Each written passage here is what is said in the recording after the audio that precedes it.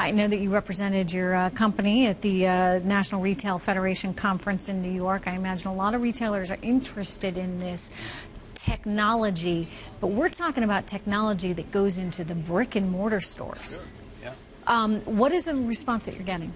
Oh, people love it. You know, I mean, what we're trying to do is give businesses, or what we do with retailers, is give them the kind of tools to better manage that retail business inside these stores, and kind of level the playing field a little bit with the online guys and giving them that same kind of data online already get. You know, Pimm Fox is here with me, and Pimm and I, we've been talking at length about some of the privacy concerns. Cybersecurity threats, a big issue, obviously, and a lot of consumers are sort of fighting back. They're trying to figure out, corporations are trying to figure out this balance between how much you can surveil, you know, and at what point does it become a privacy violation. Yeah. So I'll be honest, I think it's great if I'm the retailer and I own the store.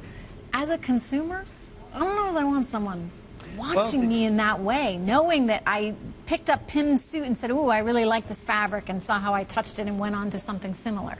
But we wouldn't know that you picked up Pimm's suit, because what we're doing, we're the only video platform that actually removes all the people out of the images.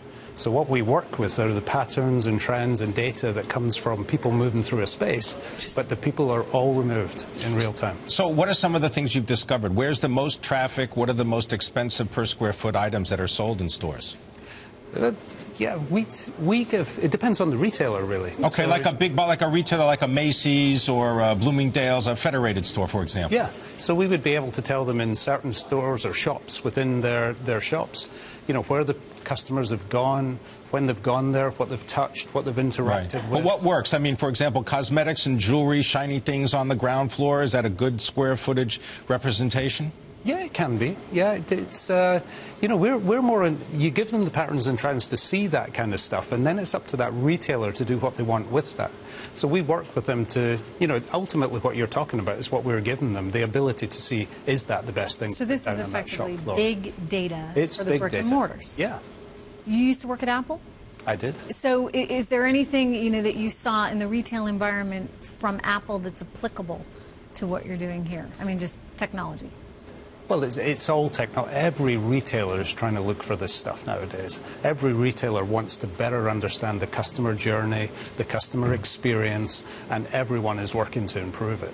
And when you talk about, you're talking about online versus offline stores, you know, the best combination, the most successful retailers are right now are the ones that are embracing all of these channels and putting that whole package together. And so we're trying to give them that offline help that they get for the online.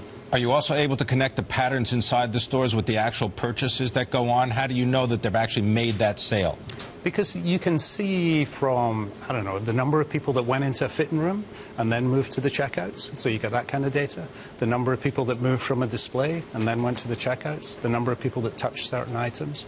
You can see maybe a product that's been touched a lot, but when you check in your data, that product hasn't sold. Interesting. And then you can go in and say, well, maybe there's a quality issue there, maybe there's a price issue. That kind of stuff. Tim asked you this earlier, and I'm going to go back to it. Is there anything specific that you can point to that you say to retailers, hey, you know, if it's shiny, if it's the color red, well, jewelry, for example, jewelry was a very typical thing. You put that on the ground floor because per square foot, that's going to do very well. Also, cosmetics is also going to do very well. Yeah, and you know what you're looking at there is, you know, you can say any stores. We've done work with clothing stores where you can see the layout of mannequins, where you put mannequins, where you put displays, the impact of moving displays at the front of the stores, and then the whole channel of how people move changes completely. And you have to watch the impact as you go back to the store because something will change and move.